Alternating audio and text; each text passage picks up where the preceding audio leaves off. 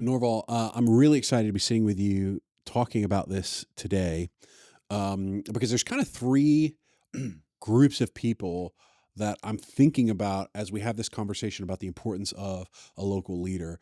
The first group is really the kind of pastoral ministry staff of so many churches, where there's this constant pressure to perform and to produce, and it's crushing them. It overwhelms them. It's surrounding them, and they feel that urgency. I've got to perform. I've got to perform. I've got to perform. I've got to produce. I've got to produce. Got to Right. be So that big. I got to be big. I got to be big. And if I'm not big, I'm failing. Right. That's one group of people that I think this conversation may help. But I'm also really intrigued. I think there's a group of people that are attending churches that don't feel known.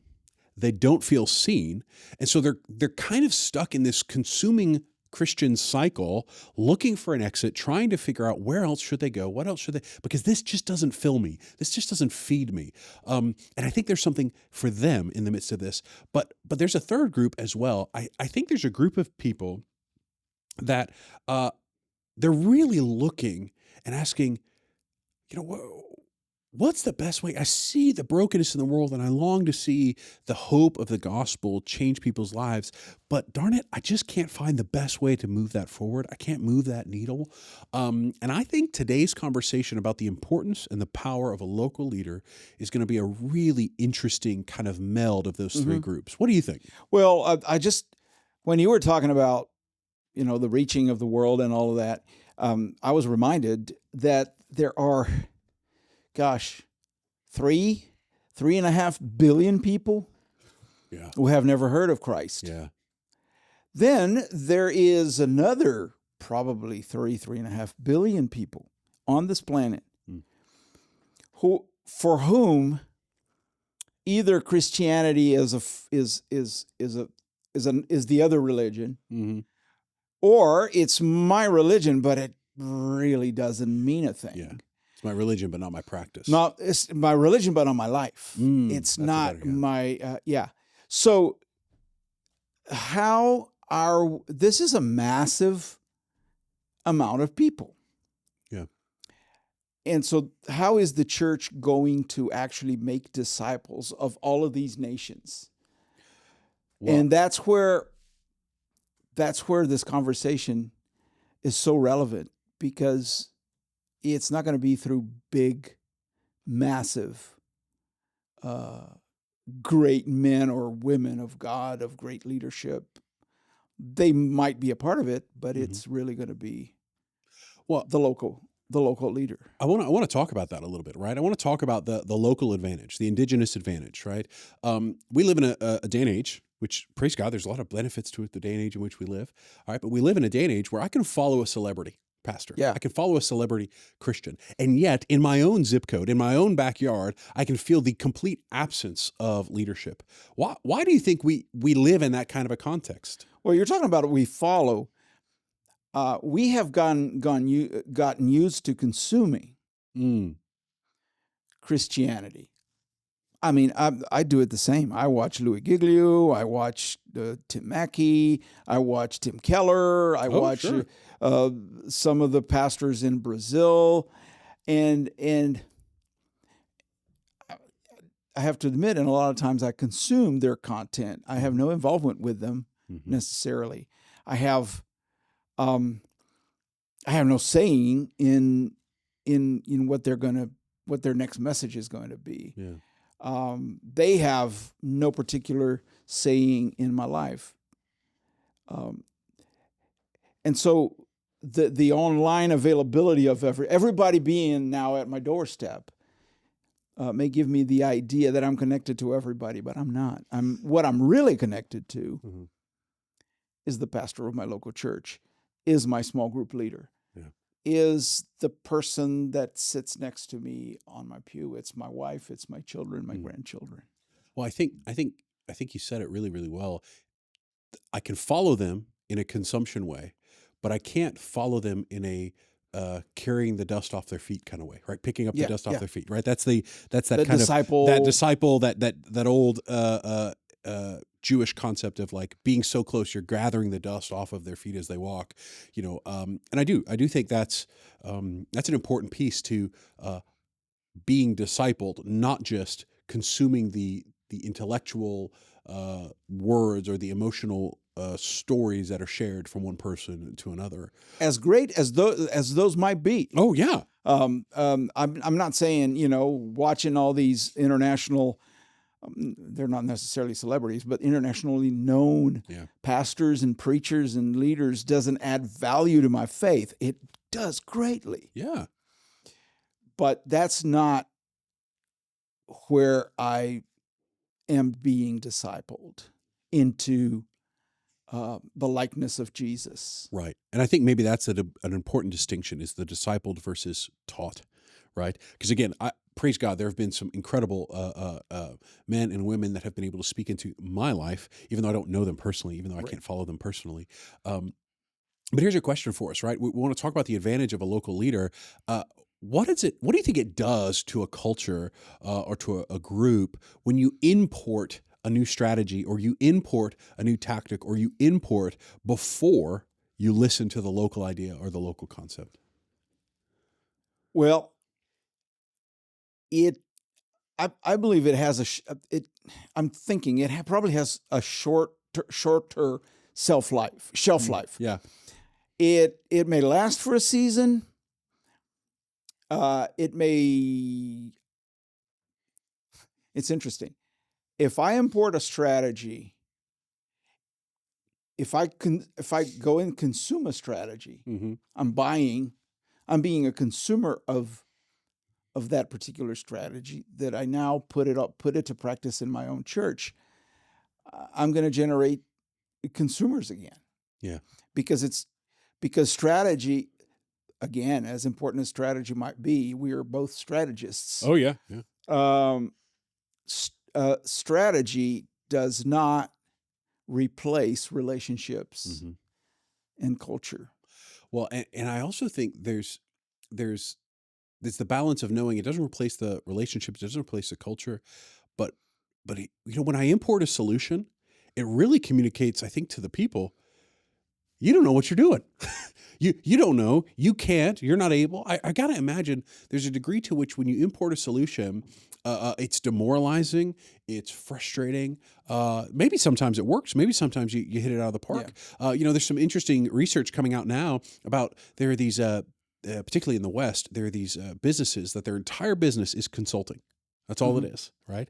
And yet they're finding over and over again some recent research out of the late 90s and early 2000s that these consulting businesses actually didn't do anything advantageous for the company, for the companies that they consulted with. In fact, they gave them some strategies or some solutions that resulted in some immediate change, but for a long-term collapse of the business and of the market segment, such that, again, what did they do? They imported a solution, and instead of seeking from within. And I think a lot of leaders understand intuitively, wait a second, a solution that is born from inside will come with some better elements and some stronger outputs. And the thing about instead of importing solutions, okay, there's a church down in Florida, in the United States, that is doing this amazing thing, and they're growing, and so one thing is to ask, okay, what is it that they do that I can bring it? Yeah. Other question is, what is happening underneath the surface that is making that emerge, that is causing that to happen? Yeah. So if we can tap into what God is doing underneath the surface that is generating that, well, that's what we need to not import, but we need to learn and seek for ourselves. Yeah, and I think that's an important distinction. You, of course, could, and have opportunities to learn across a variety of platforms and across a variety of people's experiences and all that kind of stuff. But the power of the local leader is that they understand the internals already. And so if you take that and you teach that local leader, that local influencer, rather than importing a solution, you take that person with all that they've experienced so far, and then you invest in them learning new ideas, learning new strategies. All right, now you've got somebody who's able to already think from the frame of, well, here's who I know we are, here's who I know what we do, right? And this is where I think, particularly for churches on mission, right, for individuals who are focused on the Great Commission, for people who are following in the way of Jesus, it's an important set of questions for us to look at, because I think the right question behind us is, hey, what is this? What is the impact of this as we think about mission? What is the impact about on this for me as an individual as I think through being a local leader, being just a member of a congregation? How do I effectuate change? How do I not just bring in outside ideas or outside programs, but actually be a part of what God's doing around the world? And I'm thinking that that is part of the good leadership is bringing that out in people. Yeah. Good local leadership is having that open conversation with people. Well, and it's not that heavy top down kind of a right, structure, yes, right? Absolutely. Right. What are some? Can you think of a moment where you've seen that top down really just explode and become so difficult? But here's the thing, though. The top down presumes a certain distance. And one of the things that we've talked about, the benefits of local leadership is that proximity. So, in a sense, the problem is people have this model of an ideal leader that is the celebrity or the superhero. If they can be delivered from that and realize that they're much closer to their people. Well, yeah, and so that they're closer economically, they're closer culturally, they're culturally sometimes even in terms of education and knowledge and all of that. You said something interesting about a lot of these house church movements that are happening out there, that really the pastor is just because they're the pastor by virtue of being the first one who came to Jesus. Right. So they've walked with Jesus for a couple weeks more than the others. So that proximity, I think it's a protection against a top-down leadership approach. But of course, it's all about if we're looking at us as outsiders, as an organization like ILI that empowers the local leader, it's helping them to see and identify God's vision in their hearts and put it to practice right there at that level where there isn't a lot of top down, because there isn't a top down. It's a small community. Well, and I think in today's world, right, there's so much, we live in a very digital world that makes us feel like we should be heard, we should be known, we should be understood, but yet people feel so detached from that, right? There's so many who feel detached from that, they don't feel known. And I think in a very top-down way, it's not possible, right? I mean, if I've got 4,000 or 40,000 people under my leadership, there's no way I can know all 40,000 people. Like, it's not even tenable. Right. So where do you think, you honed in on that word proximity, where do you think the idea of mobilizing a local leader, mobilizing a local person of influence plays a role in helping others in that community feel known, feel seen, feel heard? Well, remember what Paul said in Ephesians chapter 4 when he talks about the apostolic gifts? Okay. Apostle and the evangelist and the prophet and the teacher and I'm missing one, the prophet and teacher. And so at the end of that passage, he says, those ministries exist to build people up to the likeness of Christ. There you go. So that is, to me, if not the secret, one of the secrets of avoiding a top-down approach. Because isn't it, if the apostolic gifts, or if these what a lot call the fivefold ministry, if they are to build the people up, it's not a top-down, it's a bottom-up approach. Yeah, because they're not asked to rule over, but to build the people up. Well, a lot of pastors today, Norval, I think they feel like their churches are full of consumer Christians who are just there to consume. So Yeah. how do they help build up that person? How do they help them really feel known and a part of that community, and not just somebody who's coming to receive a program? Wow, that may be the $1,000,000 question, Daniel. It is because even I attend a small church. You attend a small I do, yeah, church. yeah. Um, I think your model of house church is so much better at helping people feel seen and recognized Yeah, and yeah. known because you're all sitting around in a living room, worshiping together, doing church together. Um, you know, many years ago, I've heard my dad used to quote that church is the only place where you go to look at the back of people's necks. Because you sit there Yeah, and, yeah. and you're watching, you're watching a concert. You want to see one thing that I push back against in my own life. I don't know if you've noticed that worship now is there's like a structure of the songs, and a lot of times, at the very least, the first verse and first chorus of the song is sung by one individual, and everybody else is watching. And I don't know where we changed from everybody singing the song with the congregation to one of the worship leaders doing it, and it's just a sign. I mean, that's not the issue, but it's a sign that people have come to watch and perform. Now, that is a lot harder when you don't have a PA system and when you're in a living room. Well, and I think it won't surprise you to know some of the reasons why I think that's a viable strategy. And this isn't to speak ill of any other strategy, but it's a viable technique for mobilizing a local leader, because when we think about Jesus' statement to love our neighbor as ourself, right? We remember our first neighbor is our family, right? It's our spouse, it's our children. Then it's our literal neighbors, right?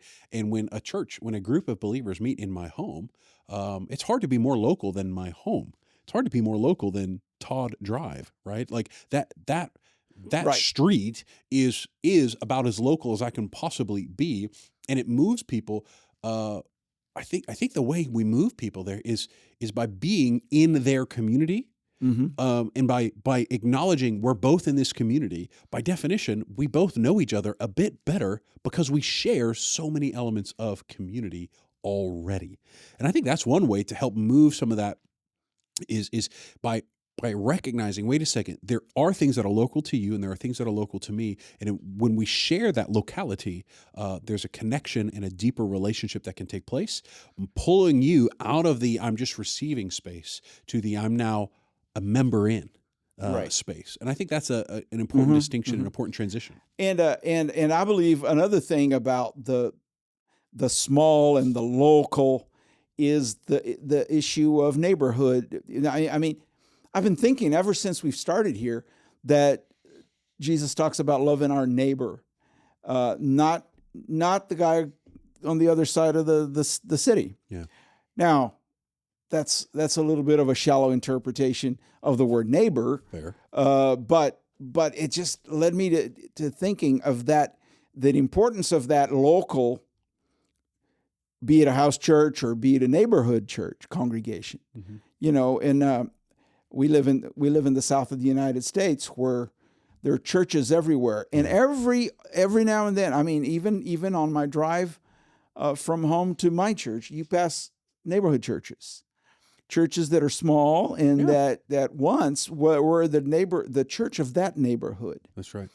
And that proximity, and honestly, we've been around the world.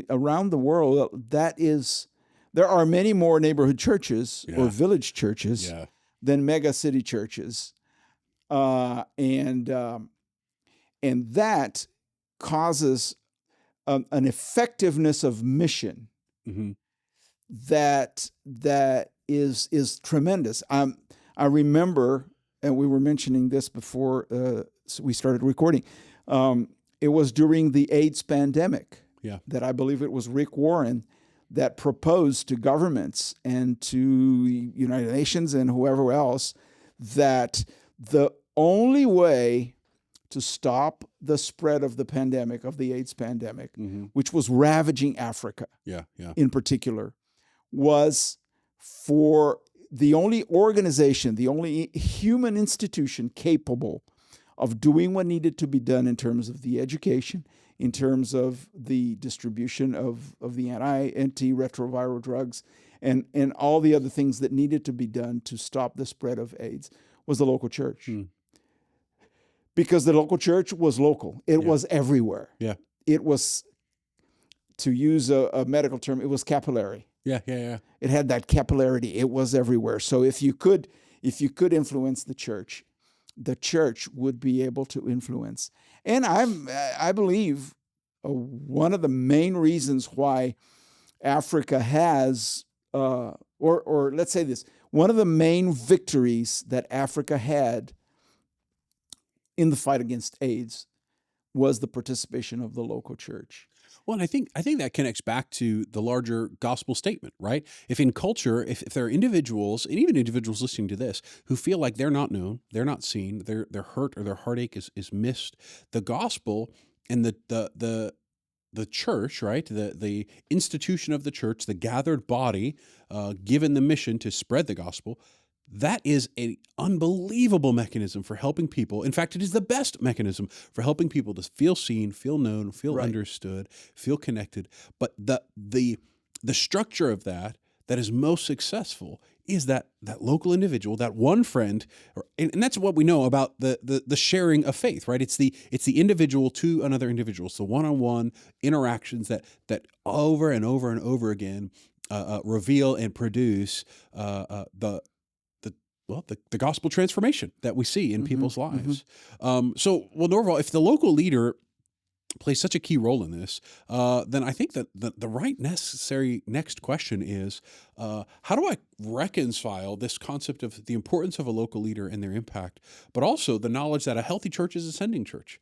How do I bring some sense of reconciliation to, or answer the question, what's the difference between a church that does missions and a church that is a sending missions church? How do we understand some of that tension in the midst of it? The gospel is, in its essence, centrifugal, right? Okay. Jerusalem was at the center of the faith, then Judea, Samaria, and then finally the ends of the earth. And Christianity spread from Jerusalem to Asia Minor, to Europe, to America. That's how we became Christians. Yeah. For those who think that Christianity is a Western religion, it's nothing but. It's an Eastern religion that reached us up in the West. So, in that sense, and I had this thought a minute ago. It's the local church, the local leaders, the local leadership, and the local church is called in the Great Commission to go to the ends of the earth. And I think it's called to go and be local somewhere else. You know, the church mission is about us, about a local Christian or a local church or a local believer going to be local somewhere else. Well, and I think that's a key piece, right? A mission sending church is sending their people to do mission. Okay, but a local empowering church is recognizing, wait a second, I'm empowering you, right? I'm sending you to lead in a context, not to just do a thing, right? Because it's not just about the doing of a task, right? That's the importing of a solution. It's about the sending of a person with vision, with an ability to mobilize people in alignment with that vision, an ability to overcome the obstacles that are inevitable in accomplishing a vision, right? It's somebody with influence, and then their stewardship of that influence toward the kingdom. And so I think it's this this kind of tension point of like, hey, I'm not doing a mission. I am being the church. And that, It's not a job. yeah, It's just who we are. Mission is who we are. yeah, It's our identity is because it's built into the gospel. This love God and love neighbor, make disciples of all nations, be my witnesses in Jerusalem, Judea, Samaria, and the ends of the earth. It's built in it. If it's built into my life and your life as a believer, then going, whether it's across the street or to the others across the world, is just a fruit of that gospel in me. I think though the reality of so many people is they've been kind of overmanaged by the leaders in their life, right? Where it's not, they've yet to take real ownership of those elements of their faith, of those elements of their calling, so that I don't actually have to go across the street. All I have to do is tell the person across the street because that my church consumers. Because I'm here to consume Christianity, Yeah. and so the most I do is pay for somebody else to go, plant another franchise. But we've got to see and realize that robs the individual of the dignity, of the joy, of the fulfillment that comes with being a part of the mission. Absolutely. Not just observing it, right? I think of how many people watch a sports match and think to themselves, whether it's football, American or everybody else's football or not, you watch the match, and I think most people would say, man, I'd love to be in there. I'd maybe make a fool of myself, but man, you can watch and sit in the stands, but the chance to be on the field and to be in the mix is that's a joy-filled thing. And yet within the church, we've done so many things to overmanage in a fear of people messing it up, that we've robbed them of that dignity and joy that comes from participating in the great work that God's called us to. And I think that's, we have truncated or cut off at the knees people's growth and maturing because we want to either make it so many small steps or we want to maybe over control. I don't know what it is. Yeah. Growth and mission comes from doing mission. And the only way for people to grow is to go out and do it. And you're right. If we over control or if we treat people as consumers, then we're robbing them of the privilege of growing by doing. So here's a question, right? We've been talking for a little bit. The folks who are still with us here, they're probably asking some questions. I've got to imagine one of the questions is, what's one thing we need to stop doing so that we can allow people the opportunity in their local context to lead, to step forward, to gosh, at the very least, just be identified, right? Some of those local leaders kind of emerge. What is one thing you might recommend? And then I'll offer one thing I might recommend that a church or individuals within a body could stop doing so that we can find those local leaders. Stop doing. I don't know. I thought about a positive. Look around. Okay. Just look around. Yeah. I'm taking to Matthew 9, and Jesus. He is on a roll. He is walking. There's a crowd of people walking behind him, and he stops and turns around and looks at the people. Because, and when he did, I don't know that it was the looking or if he already had it in his heart. Matthew says that his heart was filled with compassion, and it's that compassion that hurts. It's a gut feeling compassion, according to the original Greek word. Yeah.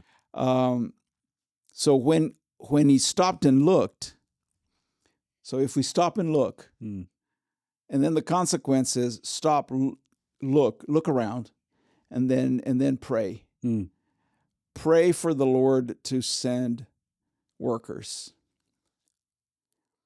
But the most interesting thing about this text is that it doesn't stop there, because The next thing that happens after they pray for the Lord of the harvest to send workers into the harvest is that Jesus sends them. He sends them out. So they become the answer to their own prayer. Yeah. So my model is look around, Look around. pray, Yeah. and be ready to be the answer to your own prayer. God's going to give you vision to lead. But the first thing is just stop and look around. I think that's such a good word, is to stop, to look, to pray. I think that is an incredibly valuable way to see the leaders that are emerging in a given context, and then to from that point, right, to then walk through mobilization and equipping and those kinds of things. I think if I did answer, like if I look at it from the what do I need to stop doing in order for that to happen, I'd say stop trying to be the answer to every problem. Right. We talk about in some of the things that we teach here at ILI about the importance of delegation and the art of delegation and the importance of mobilizing people to be a part of it, because God never called us to do things alone in isolation. So I would say stop trying to be the answer to every problem. You already, I think most leaders know they're not the answer to every problem, but it's hard when you like to solve problems, and a lot of leaders like to solve problems. It's hard not to try and solve every problem. And so instead, be a sharer of the problem, and watch as God begins to emerge, or God begins to reveal the emerging leaders among you. And recognize the good that comes from that. And I think that would be, my exaltation, my encouragement to everybody who's listening is there is so much power in the local leader, whether that's local in my hometown, in my neighborhood, or local in a nation that I've never set foot and will never set foot.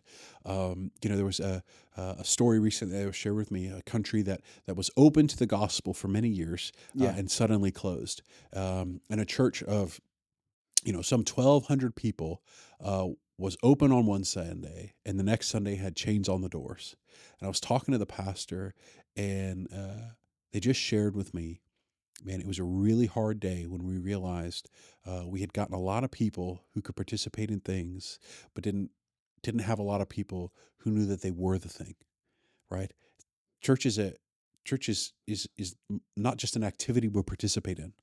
It's a people. It's a people It's something gathered. we are. Yeah. It's a being. Mhm. That's a hard thing to measure. That's a hard thing to evaluate. That's a hard thing to reproduce, being, but it is what the church is. And I think the local expressions of that have better resilience. They have better impact. They've got longer influence in a particular place and Yes. time. Yes. And there's that's what we're looking for. We want to see that kingdom come, that will be done, and we want to see that transformation. And so that individual, and the important thing to note is, Norval, we're all local. That's where we each play a part. Right. in this, Exactly. right. We all have a role to play in the midst of that, and it's a gift from God that we get to participate in His great commission across the street and across the family, across the porch, across the living room, and that would be my encouragement to people who are listening. Hey, recognize you have a part to play in this, and you don't have to solve every problem in every place, but we do have the opportunity to equip, to mobilize, to strengthen the local leader in every context, and that brings transformation. We're all local. That's it. Somewhere That's or another, we're all local. And listen, if you are a global leader that's listening to this, or you acknowledge, hey, I'm a local leader in my own context, I want to encourage you. The International Leadership Institute exists to equip, to train, to mobilize local leaders in their own context to reach their community, their nation, their peoples for the Great Commission, for the gospel, because we think that's where real transformation takes place. I think the best way to advance the gospel is a local leader just like you. You can find more resources at iliteam.org. Discover the 8 core values of the most effective Christian leaders, and other great tools that will help you grow in your life and faith. Thanks so much for joining us today on the History Makers Leadership Podcast.